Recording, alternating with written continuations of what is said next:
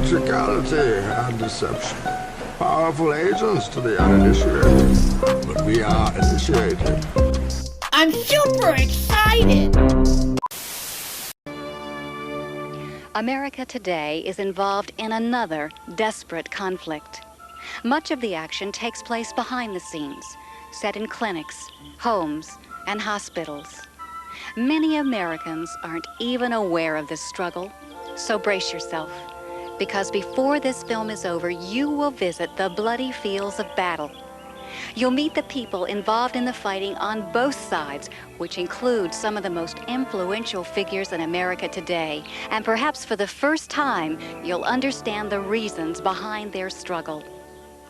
Our story concerns abortion and began, strangely enough, in this relatively peaceful suburb of Los Angeles. Melvin Weisberg, a pathologist, owned a large storage container which he kept in his backyard. When he failed to make the final 2 payments, it was repossessed. We made a decision to repossess it because his check did not clear the bank. And so we sent the truck out to pick up the container. I rolled out there and took the box up and started pulling it up. And it was so heavy, it's just it broke the winch. And we couldn't get it off the trailer, so we had to leave it on the trailer because it was too heavy.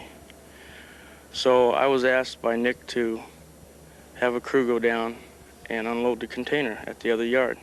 I got a radio call that from Ron Gillette, the foreman, and he said the men were throwing up and there was something really wrong. One of them fell down and hit me right in front of my feet.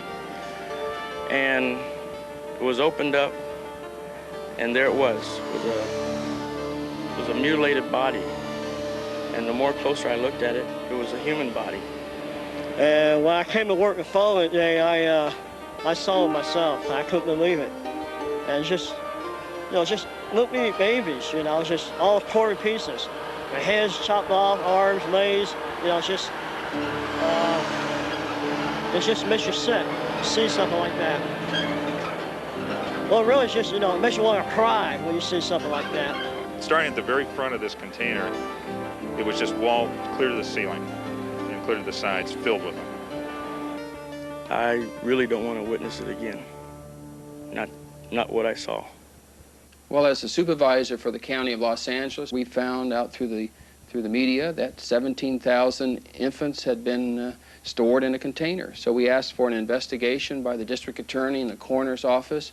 We found approximately 190 were over 20 weeks of age. I think some as old as 25, 27 weeks. Mr. Antonovich contacted Mr. Gutierrez. Glenn Wong is a funeral director for a major Los Angeles mortuary. Asked us to go ahead and handle the burial of the fetuses. How I came involved was they were asking if it were possible to have anyone photograph these fetuses, and I so happened to be also a photographer. How many fetuses were actually involved in the autopsies? There were approximately about 44, if I'm correct. And why were the autopsies performed? They were to find out why, or what was the reason of the cause of death. That wasn't apparent? Apparently not. No, I've seen some of these fetuses, and believe me, they were apart. There were some where the eyes were bulging, and some where the chest cavity was ripped open. I do remember one was where I saw a hand and a feet all apart.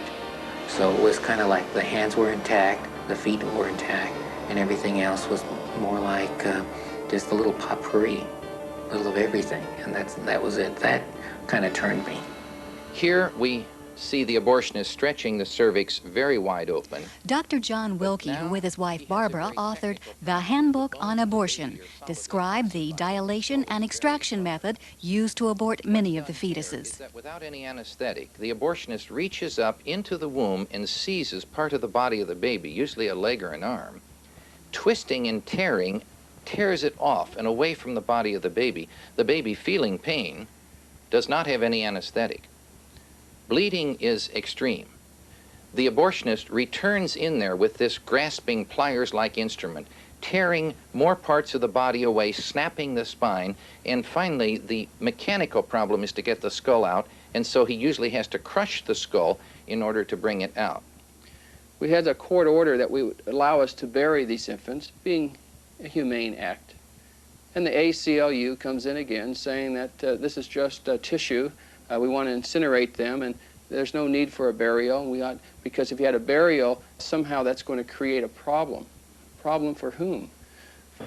And at that time, I think everybody there realized this was wrong, that it was really wrong. Everybody standing there felt that way. Even the coroner's office, I could sense that they were treating this like they were dead people, and they are dead people. That's the way everybody treated it. Evidently, the ACLU doesn't feel that way. And then transferred it all into to the original container, and as I understand, it's still up in a county yard someplace. Is it refrigerated?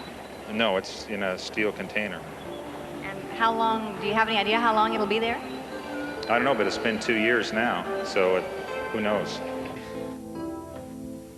Although the discovery of 17,000 fetuses in a trash container is not an everyday occurrence, it is an event that should surprise no one. For every 3 days, an equivalent number of fetal children are disposed of in this country. 17,000.